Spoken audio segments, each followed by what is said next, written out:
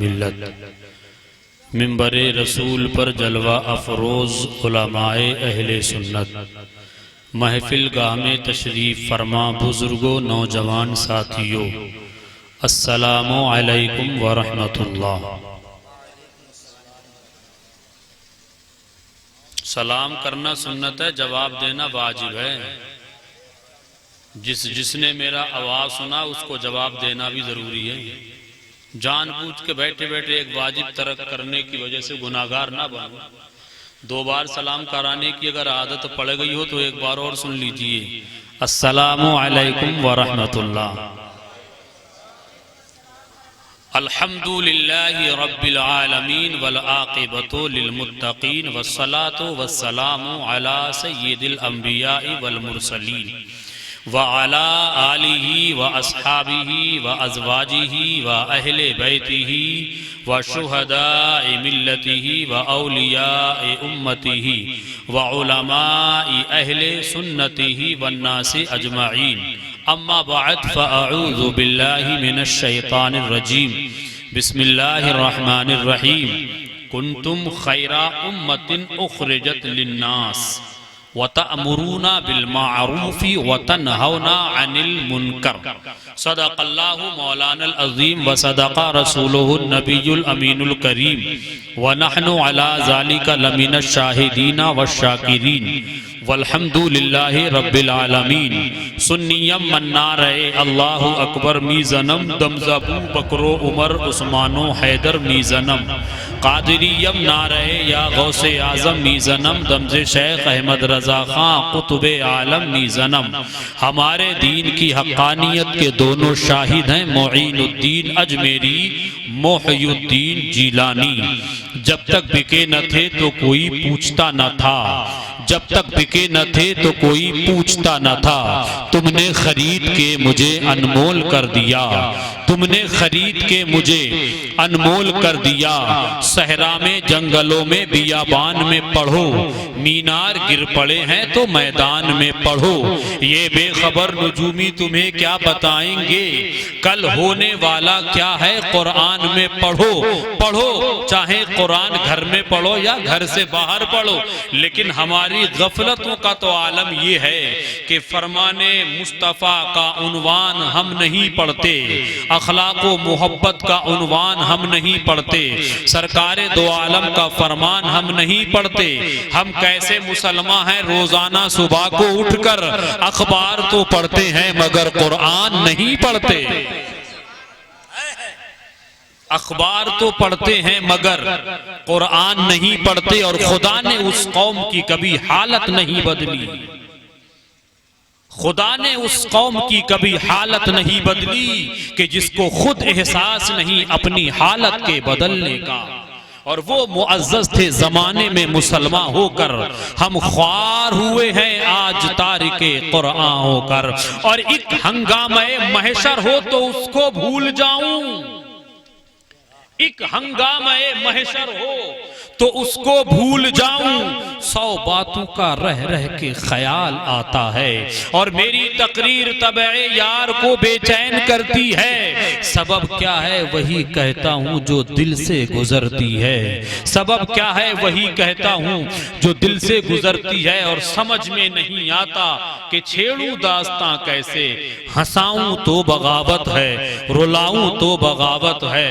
حضرات گرامی کافی دیر سے نہ تو منقبت واسو نصیحت آپ تمام حضرات خوبصورتی کے ساتھ سماعت کر رہے تھے۔ مجھ سے قبل آپ نے بہترین لب و لہجے کے ساتھ بھائی سعید اختر کو سماعت کیا، بھائی ایاز رضوی کو سماعت کیا، ہمارے عزیز حضرت مولانا خوشبخت علی خان صاحب قبلہ کو سماعت کیا، بھائی دلشاد برکاتی کی نقابت و نظامت کا بھرپور طریقے سے آپ لطف اٹھا رہے ہیں، اور یہی پر تشریف فرما سجادہ نشین حضور شاکر میاں کو آپ بھرپور طریقے سے دیکھ رہے ہیں، وہ اپنی جیب خاص سے بھی نواز رہے ہیں، دعاؤں سے بھی نواز رہے ہیں۔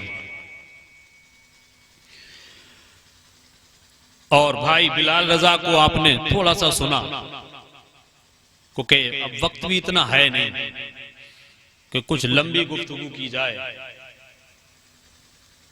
میں تھوڑی دیر کے لیے حاضر آیا ہوں۔ میں کوشش کروں گا کم سے کم اپنی بات کرنے کی، تو اگر آپ سننے کے موڈ میں تو تھوڑا سا اور قریب میں آ جائیں۔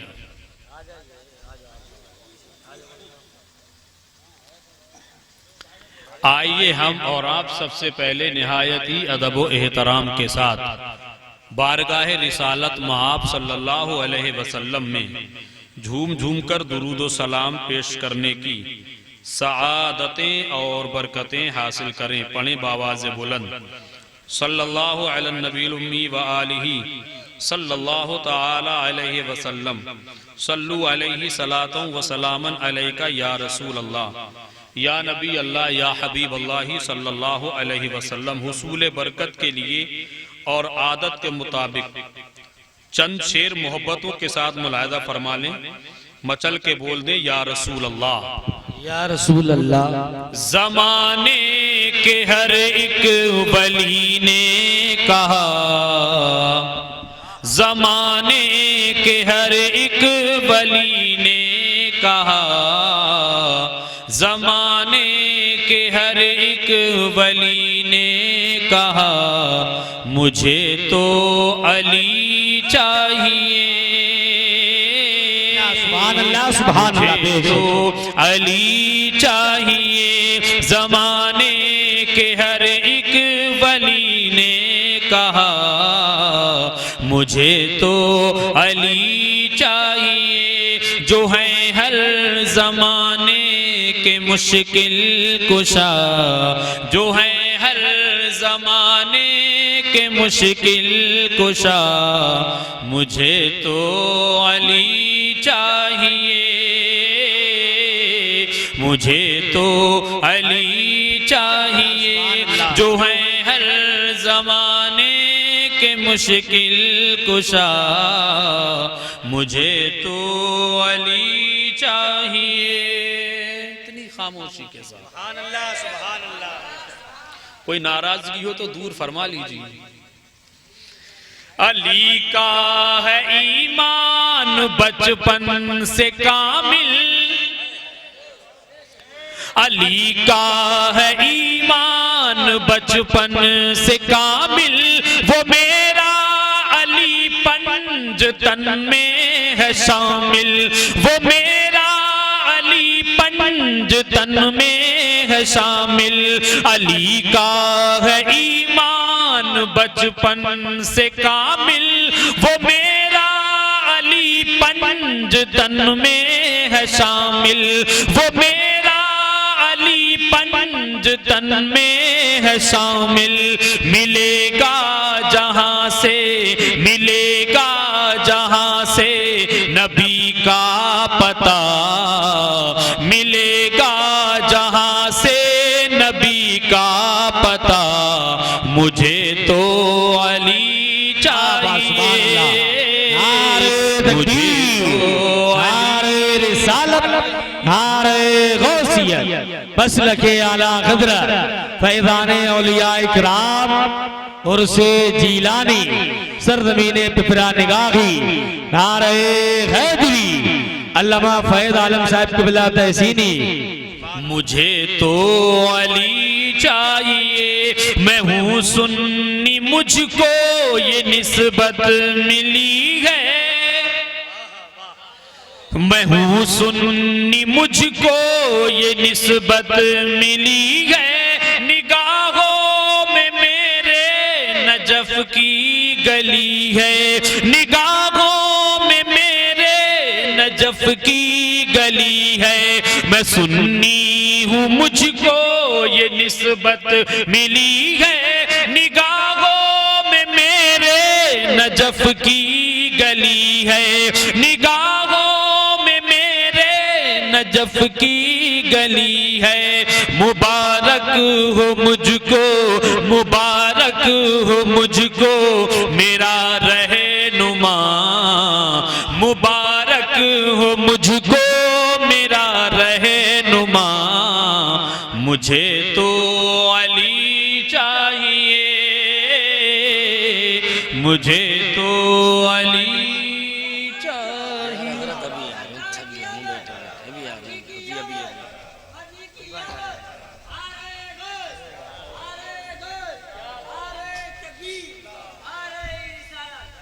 علی کی محبت ہے ایمان کا حصہ،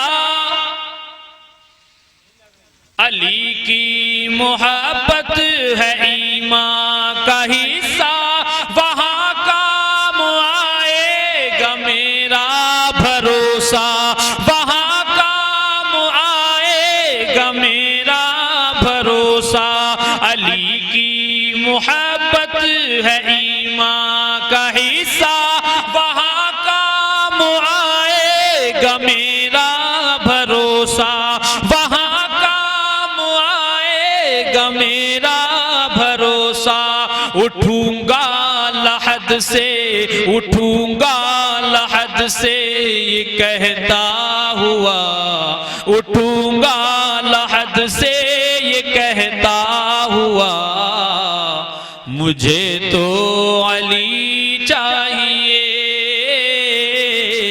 مجھے تو علی چاہیے، اٹھوں گا لحد سے یہ کہتا ہوا، مجھے تو علی چاہیے۔ اور ابھی رمضان میں ایک ظالم نے حضرت علی رضی اللہ تعالیٰ عنہ کی شان میں گستاخی کی تھی، شعر ملاحظہ فرمائیں، مٹا کیا سکے گا ہمیں یہ زمانہ،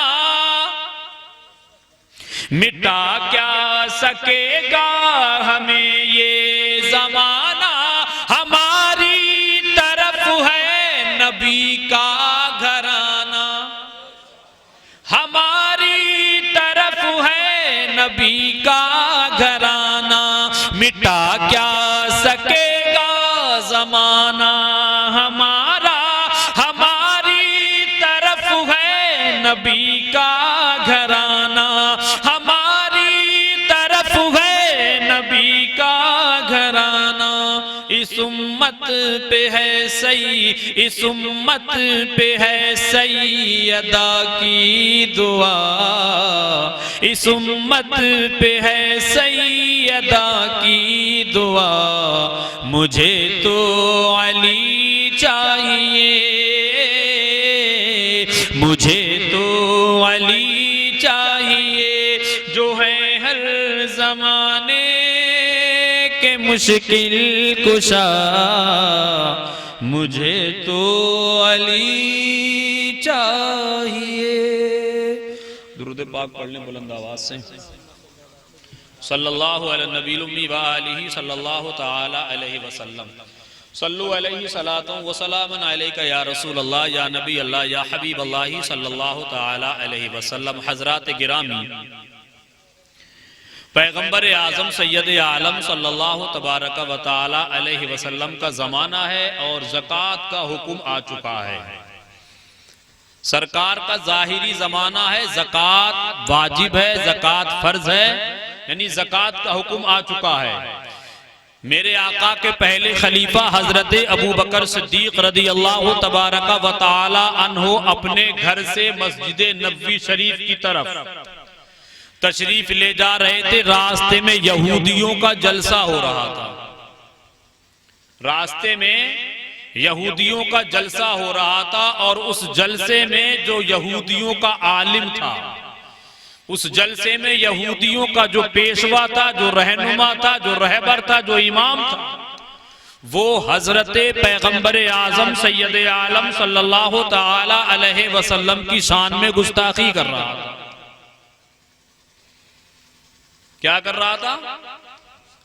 سرکار کی شان میں گستاخی کر رہا تھا، اسلام پہ تنقیدیں کر رہا تھا، اسلام پر انگلیاں اٹھا رہا تھا، اسلام پر انگشت نبائی کر رہا تھا، اور یہ کہہ رہا تھا، دیکھو محمد ابن عبداللہ نے امیر بننے کے لیے، لکھپتی بننے کے لیے، کروڑ پتی بننے کے لیے، پروپرٹی والا بننے کے لیے، مکے میں تاجداری کرنے کے لیے، مکے میں حاکم اعلیٰ بننے کے لیے، دیکھو اب اعلان کر دیا ہے مسلمانوں تم اب زکوٰۃ دو۔ زکوٰۃ کا حکم آ چکا تھا۔ حضرت ابو بکر صدیق رضی اللہ تعالی عنہ وہاں رک کر کے اس کی گفتگو سننے لگے۔ جب وہ اسلام کے خلاف بول رہا تھا، زکوٰۃ پر انگشت نبائی کر رہا تھا، سرکار دو عالم صلی اللہ علیہ وسلم کے عاشق صادق پہلے خلیفہ حضرت ابو بکر صدیق رضی اللہ تبارک و تعالی عنہ کھڑے ہو کر اس یہودی عالم کی تقریر کو سننے لگے. یہودی عالم کی تقریر کو سنتے تھے اور وہ اسلام کے خلاف بکواس کرتا تھا. اور اس نے جب یہ کہا کہ اب دیکھو مکے میں جو لوگ مسلمان ہیں، جو کلمہ پڑھ چکے ہیں، جو مشرف با اسلام ہو چکے ہیں، اب ان پر مسلمانوں پر محمد ابن عبداللہ نے ٹیکس لگا دیا. اور ٹیکس لگانے کے پیچھے محمد ابن عبداللہ کی نیت یہ ہے معاذ اللہ کہ وہ امیر بن جائیں، مالدار بن جائیں. اتنا جب حضرت ابو بکر صدیق رضی اللہ تعالی عنہ نے سنا، جوش میں آ گئے، جلال میں آ گئے. اس کے ممبر کے پاس جا کر کے ممبر پہ چڑھ کے یہودی عالم کے منہ پہ وہ زوردار تھپڑ مارا تھا کہ ممبر سے وہ نیچے گر گیا. بڑی بزدل قوم ہے یہ. جب دیکھا کہ یہودی عالم کے تھپڑ مارا حضرت ابو بکر صدیق رضی اللہ تعالی عنہ نے، مجمع سے لوگ بھاگنے لگے، ممبر پہ جو بیٹھے تھے وہ بھی بھاگنے لگے. یہ کیا ہو گیا؟ بات پیغمبر اعظم سید عالم صلی اللہ علیہ وسلم تک پہنچی کہ ہمارا جلسہ ہو رہا تھا، ہمارا پروگرام ہو رہا تھا، اور ہمارے پروگرام میں تمہارے عاشق نے، حضرت ابو بکر صدیق نے ہمارے عالم کے منہ پہ زوردار تھپڑ مارا ہے. ہمیں اس کا بدلہ چاہیے، ہمیں اس کا قصاص چاہیے. حضرت ابو بکر صدیق کے بارے میں جب آقا نے یہ سماعت کیا تو آقا مسکرا کے فرماتے ہیں یہ کام تو فاروق اعظم کا ہے، یہ کام تو فاروق اعظم کا ہے، عمر کا ہے. ابو بکر نے یہ کام کب سے سنبھال لیا؟ مسکرا کے فرماتے ہیں. تو پیغمبر اعظم